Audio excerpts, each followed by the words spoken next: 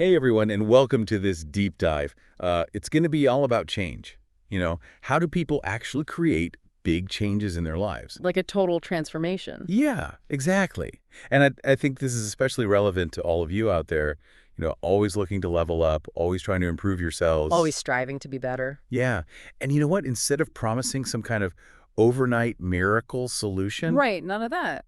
we're going to dive deep into some. Oh yeah, improving just 1% each day makes you 37 times better in a year. It sounds crazy, but it's true. The power of compounding those small wins over time is unbelievable. I know when I first heard about the 1% rule, it totally changed how I approached my goals. Oh, yeah. How so? Like, I realized that even on days when I felt like I hadn't gotten that much done, Mm-hmm. those small efforts were still adding up. Yeah. And that's where James Clear's Atomic Habits comes into play, right? Yes. It's not just about the individual actions themselves. It's about how those tiny habits, they shape our identity over time. Exactly. Even small changes, they can redefine who we are. But, What's that? Aaron and Evan also talked about why so many of us, feel stuck in the first place. Right. Why we struggle to make those changes. Yeah, and one big reason is fear of failure. Oh, yeah. The classic, what if I try and I fail? Yeah, can be paralyzing. And they made this really good point that everyone who's ever achieved success, they've all faced setbacks along the way.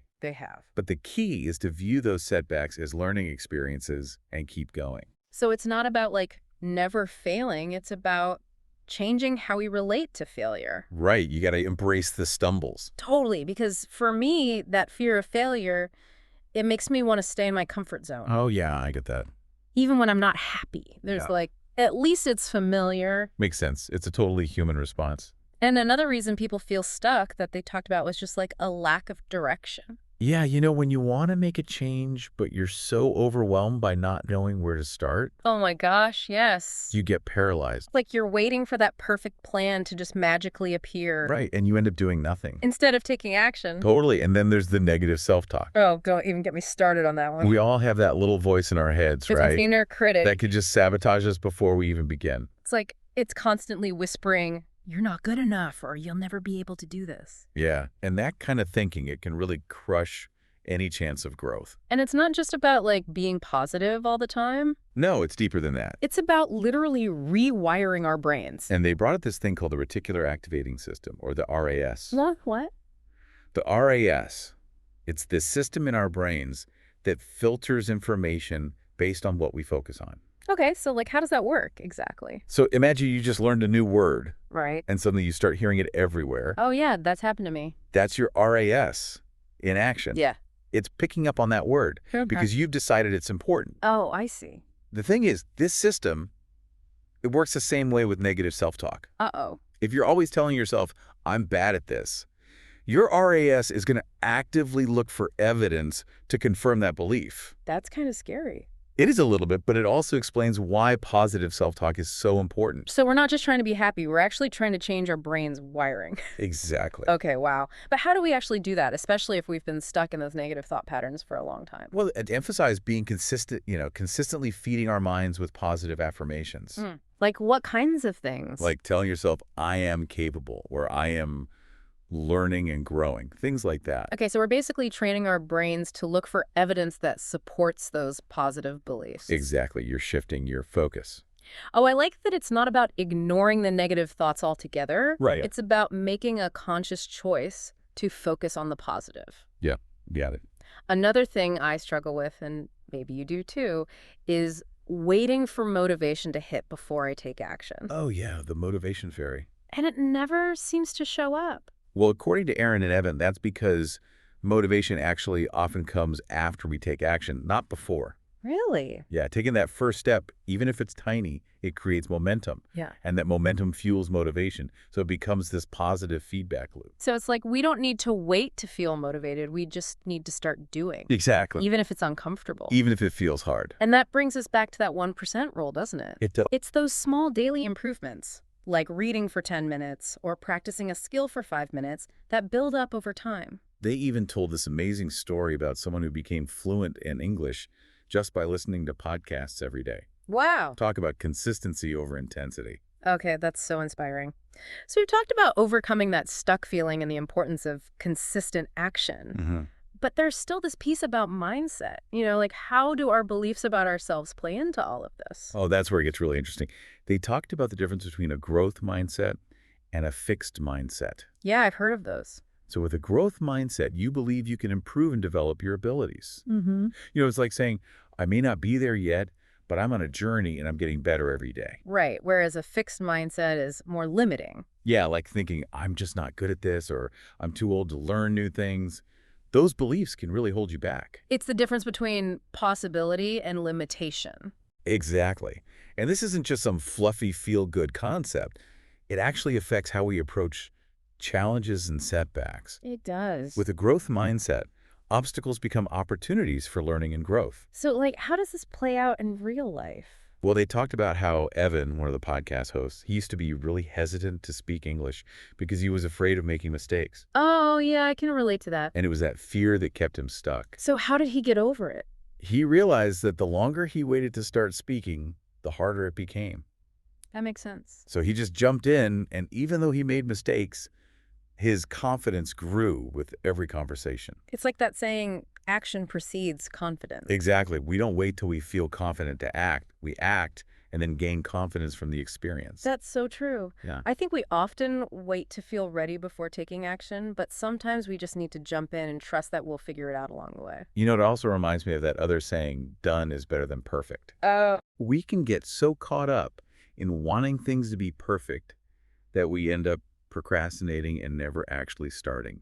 So true. So the key takeaway here is that if we want to make a change, it's not about waiting for the perfect conditions or a sudden burst of inspiration. Right. It's about making a conscious choice to act, even when it feels difficult or uncomfortable. And they also talked about the impact of our environment. They did. The people we surround ourselves with, the information we consume. It's not just about our internal world. It's about creating an external world that supports our goals. Totally. This is fascinating. I'm really curious to unpack that more.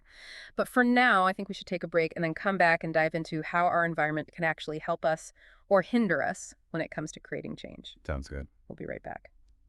All right, so we're back. And before the break, we were starting to get into this idea that our environment can actually shape our lives, even more than we might think. Like, it's not just about willpower and setting goals. It's about the world around us. Exactly. And I'm really interested to hear what Aaron and Evan had to say about how we can actually use our environment to our advantage. Well, they brought up this concept that's been around for a while, but it always makes you stop and think. The one about how we're basically the average of the 5 people we spend the most time with. Oh, yeah, I've heard that one. But I have to admit, I don't think I've ever really sat down and thought about who am I 5 people are. It's kind of scary, right? A little bit, but it's also kind of empowering. If we really are the average of those closest to us, that means we have some control over who we choose to be around. Exactly.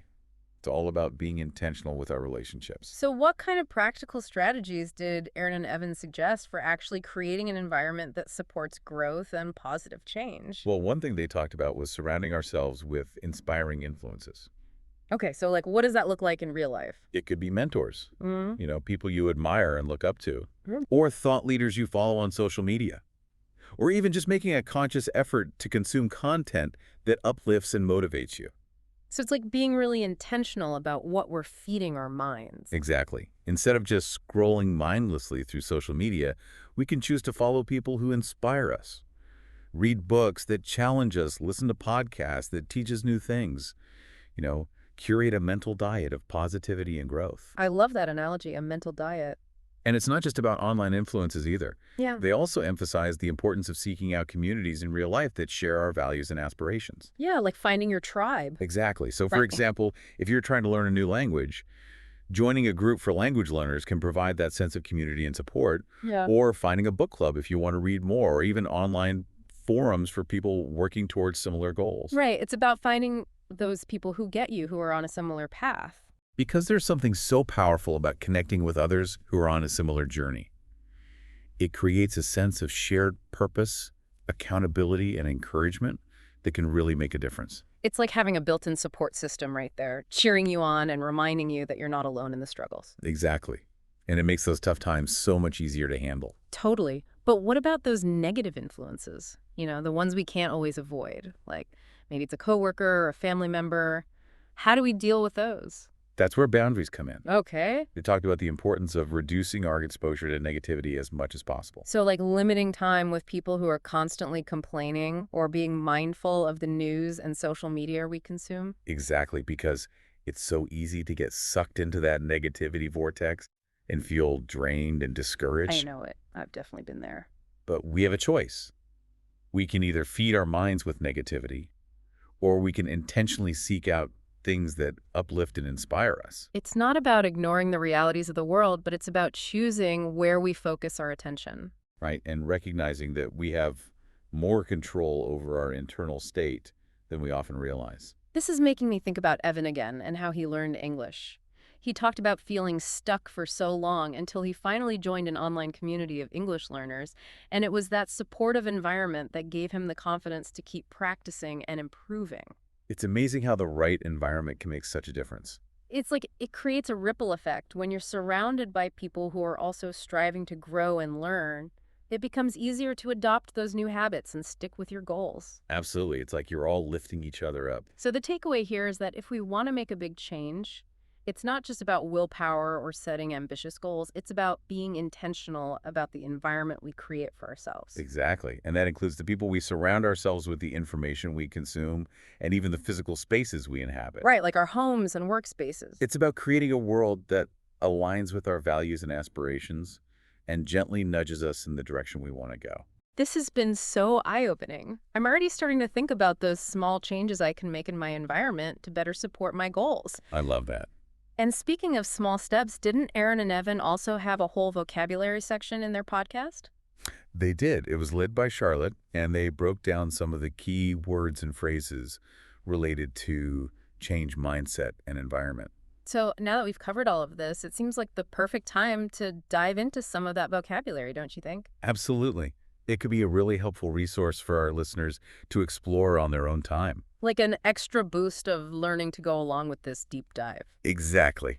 Okay, so before we jump into that vocabulary, I have to bring up that question that Aaron and Evan asked their listener. Oh, yeah, the big one.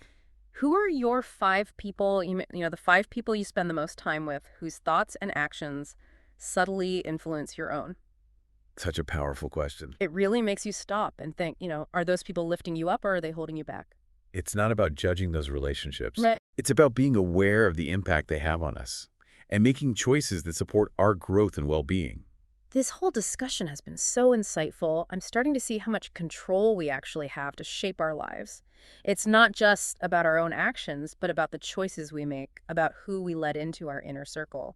Absolutely. And it's not necessarily about cutting people out of our lives completely. Right.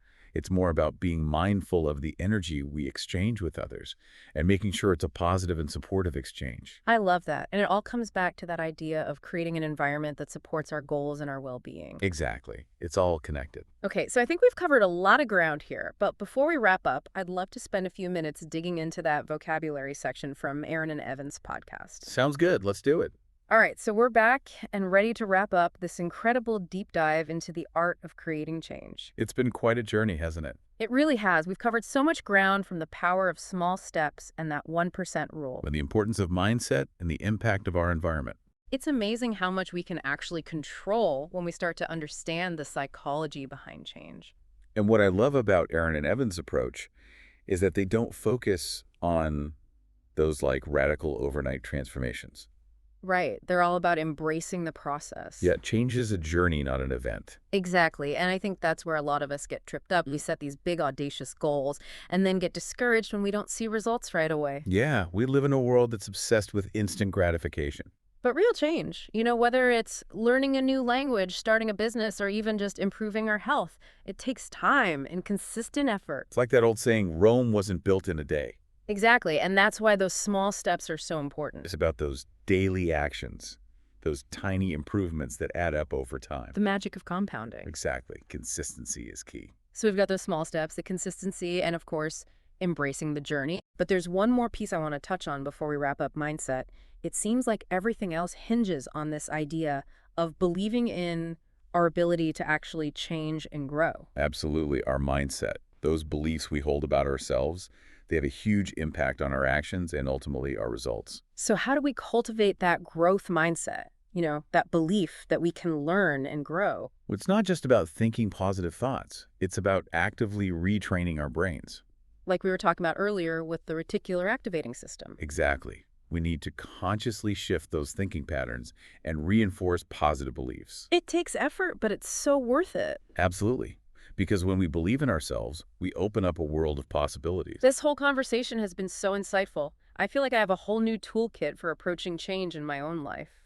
And before we go, I want to leave you with that one final thought-provoking question from Aaron and Evan. Oh, yes, the big one. Remember that concept of the 5 people? The 5 people we spend the most time with. Exactly. Think about those people in your life and ask yourself, are they inspiring you? Are they challenging you to grow? Are they supporting your dreams and aspirations? Powerful stuff.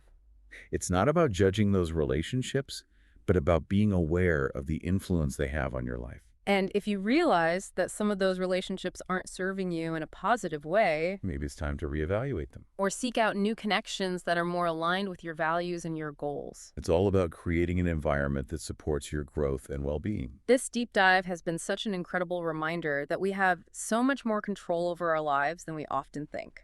We have the power to choose our actions, our mindset, and the environment we create for ourselves. And by understanding the psychology behind change, we can really unlock our potential for growth and create lives that are truly fulfilling. Couldn't have said it better myself. So as we wrap up this deep dive, I want to encourage all of you out there, start with just one small change today.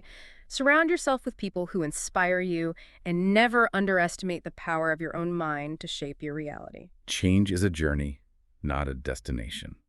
Embrace the process, celebrate your progress, and never stop growing. Thank you so much for joining us on this deep dive into the art of change. We'll see you next time.